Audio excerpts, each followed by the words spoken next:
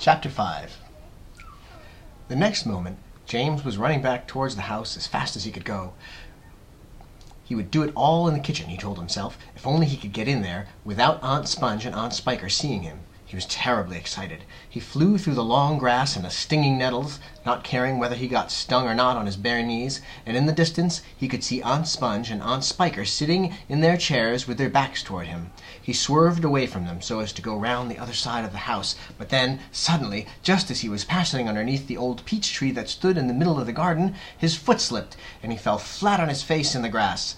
The paper bag burst open as it hit the ground, and the thousands of tiny green things that were scattered in all directions. James immediately picked himself up onto his hands and knees and started searching around for his precious treasures. But what was this? They were all sinking into the soil. He could actually see them wriggling and twisting as they burrowed their way downward into the hard earth, and at once he reached out a hand to pick some of them up before it was too late, but they disappeared right under his fingers. He went after some others, and the same thing happened. He began scrabbling about frantically in an effort to catch hold of those that were left, but they were too quick for him. Each time the tips of his fingers were just about to touch them, they vanished into the earth, and soon, in the space of only a few seconds, every single one of them had gone.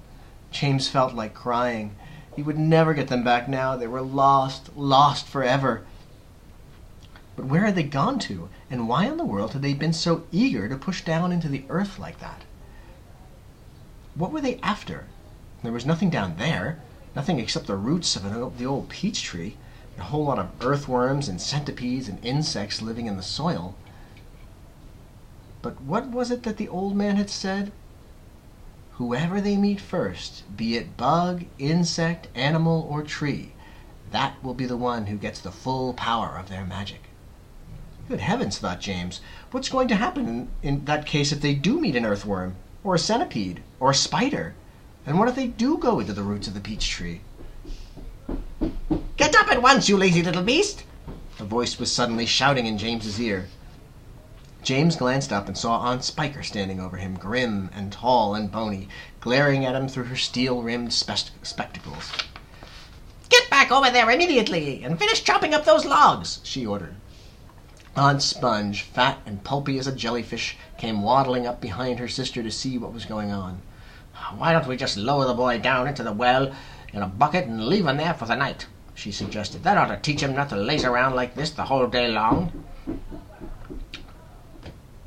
"That's a very good wheeze, my dear Sponge, but let's make him finish the chopping of the wood first." "Be off with you at once, you hideous brat! Do some work." Slowly, sadly, poor James got up off the ground and went back to the woodpile. Oh, if only he hadn't slipped and fallen and dropped that precious bag. All hope of a happier life had gone completely now. Today and tomorrow and the next day and all the other days as well would be nothing but punishment and pain, unhappiness and despair. He picked up the chopper and was about to start chopping away again when he heard a shout behind him that made him stop and turn.